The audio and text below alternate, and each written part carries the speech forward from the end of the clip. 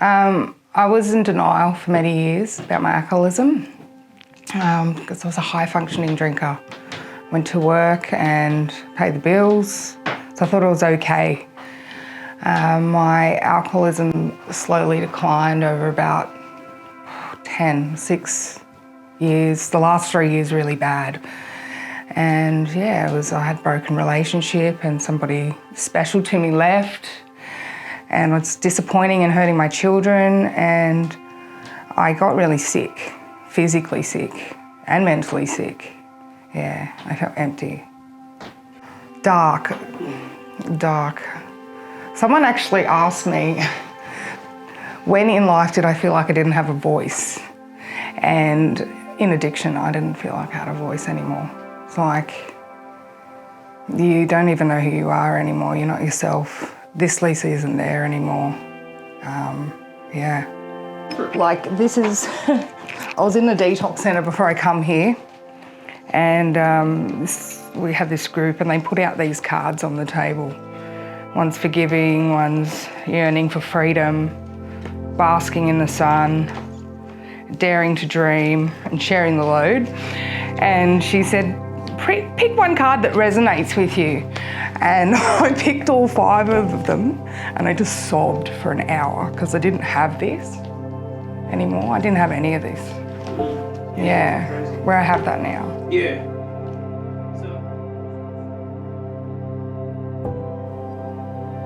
I'm not really sure. I think my life was that much of a mess. It was a blur. Or I'd reached out to the outpatient program and thought that I could manage it that way. But with the depths of my addiction, it wasn't enough at that stage, so.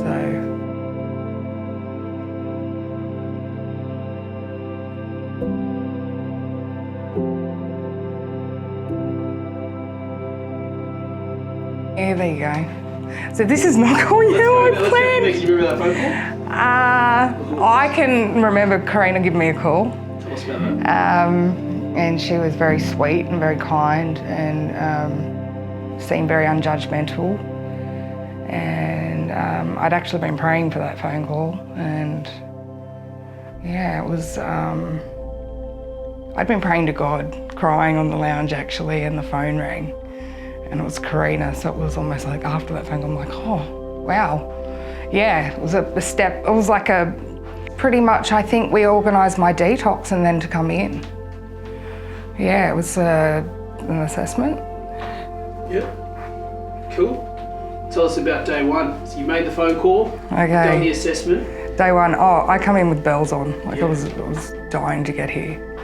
Yeah, I come in, the place was beautiful, the view's beautiful, still is beautiful. Yeah, everyone was lovely. You remember the community or stuff? Yeah, I remember a lady called Kaz coming up and giving me a cup of tea, and Karina was there, and I was nervous, and yeah, but okay. You say, Lisa, were your first major challenges in the program, personally? Accepting I'm an alcoholic, that I can't drink anymore. Yeah, that's a really hard thing to accept. I think a lot of people struggle with that in the beginning, to think that they can never pick up again. You always like have that hope that in the future I can go on a holiday or go to a wedding and celebrate with others in that way, but yeah, it's a hard thing to give up on. Were there moments where you felt like, I'm not gonna make this? 100%. I left program because of that reason. I did 4 months and my nan died. With that and the self-doubt talk, I left program. I left for 3 months. What was that like? Bit of a landslide. Yeah. It was a quick decline down to rock bottom again. Yeah. And then how did it work for you to come back into program? You called Karina or? Somehow Karina got in contact with me. I think she was just checking up with me, and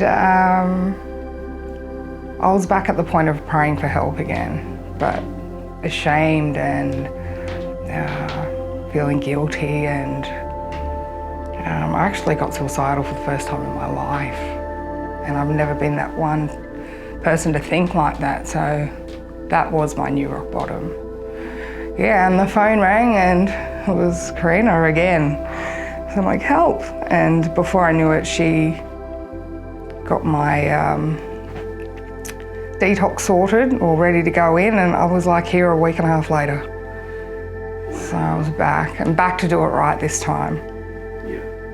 Did you end up picking up where you left off, or did you go back to transition? Yeah, right back to the beginning. Yeah. Yeah. Oh, nice. Oh.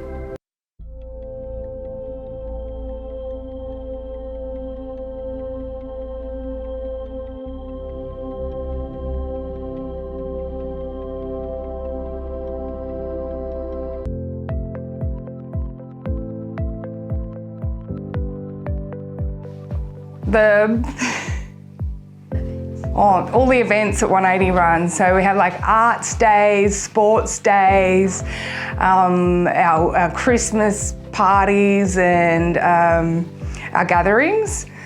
Yeah, we all get together and we have sober fun, and it just reminds you can have that fun out there, and they're really good memories I cherish. Where do you see your life after program, or what's next for you? Hopefully helping other addicts.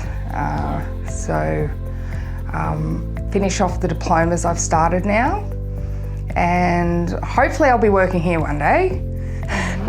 But I'm doing the grad program for the next year, so that foundation's set up, which is great. Yeah. And yeah, just want to help people with this because it's hard. Yeah, that's awesome. Do you have a final encouragement? Yes.